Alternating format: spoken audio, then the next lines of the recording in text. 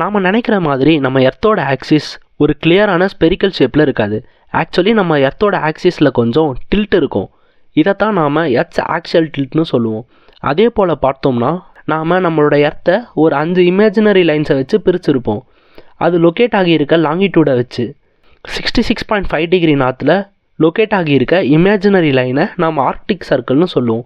இந்த எண்ணுங்கிறது பார்த்திங்கன்னா நார்த் ஹெமிஸ்பியரை குறிக்கும், எஸ்ஸுங்கிறது சவுத் ஹெமிஸ்பியரை குறிக்கும். 23.5 டிகிரி நார்த்தில் லொக்கேட் ஆகியிருக்க இமேஜினரி லைனை ட்ராபிக் ஆஃப் கேன்சர்னு சொல்லுவோம். 0 டிகிரி ஈக்குவேட்டர், இது எல்லாருக்கும் தெரிஞ்சிருக்கும்னு நினைக்கிறேன். அதே போல் 23.5 டிகிரி சவுத் பார்த்தோன்னா நம்ம ட்ராபிக் ஆஃப் கேப்ரிகான்னு சொல்லுவோம். அதே 66.5 டிகிரி சவுத்தை அங்கே லொக்கேட் ஆகியிருக்க இமேஜினரி லைனை நம்ம அண்டார்டிக் சர்க்கிள்னு சொல்லுவோம். அதே போல் பார்த்தோம்னா நம்ம எர்த்தோட சீசனல் ரொட்டேஷனை 4 வகையாக பிரிக்க முடியும். அதையும் முக்கியமாக 4 டேட்ஸை வச்சு பிரிக்க முடியும். March 21, June 21, September 23, December 21. June 21 அன்னைக்கு பார்த்தோம்னா நம்ம எர்த்தோட ஃப்ரண்ட் சைட் சன்னை ஃபேஸ் பண்ணோம். இன்னும் எர்த்தோட ஆக்சியல் டில்ட் வச்சு பார்த்தோம்னா நார்த்தன் ஹெமிஸ்பியர் இந்த சீசனில் சன்னை ஃபேஸ் பண்ணோம். அதுவும் முக்கியமாக சன்னோட ரேஸ் பார்த்தீங்கன்னா டைரெக்டாக ட்ராபிக் ஆஃப் கேன்சர் மேலே விழும். ஸோ அந்த ரீஜன் தான் ஜூன் 21 அதிகமாக சன்லைட்டை எக்ஸ்பீரியன்ஸ் பண்ணோம். மற்ற ரீஜன்ஸ்லையும் விழும், பட் அந்த ரீஜன்ஸில் சன்லைட் ஸ்லாண்டிங்காக விழுறதுனால டாபிக் ஆஃப் கேன்சர் எக்ஸ்பீரியன்ஸ் பண்ணுற அளவுக்கு எக்ஸ்பீரியன்ஸ் பண்ணாது.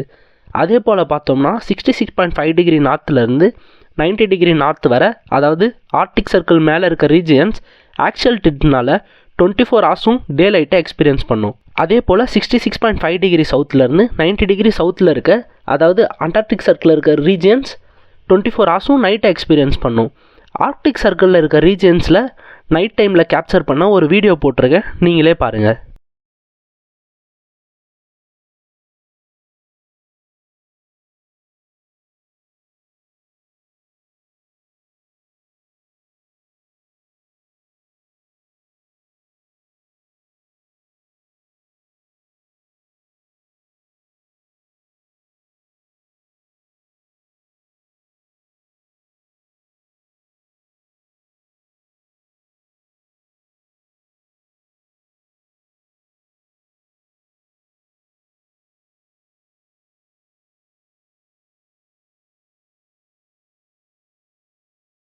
ஸோ நார்த்தன் ஹெமிஸ்பியரில் இருக்க அந்த ரீஜன்ஸில் 24 ஹவர்ஸும் சன்லைட் பார்க்க முடியும். அதே போல் சதர்ன் ஹெமிஸ்பியரில் இந்த டைமில் 24 ஹவர்ஸும் நைட்டாக இருக்கும், சன்லைட்டே பார்க்க முடியாது. அடுத்து பார்த்தோம்னா டிசம்பர் 21. இந்த டைமில் பார்த்தோன்னா எர்த்தோட பேக் சைடு அப்புறம் சதர்ன் ஹெமிஸ்பியரும் கிளியராக சன்னை ஃபேஸ் பண்ணும். ட்ராபிக் ஆஃப் கேப்ரிகான் மேலே சன்னோட ரேஸ் டேரெக்டாக படும். ஸோ அந்த ரீஜனில் எக்ஸ்ட்ரீம் சன்லைட்டை அப்சர்வ் பண்ண முடியும்.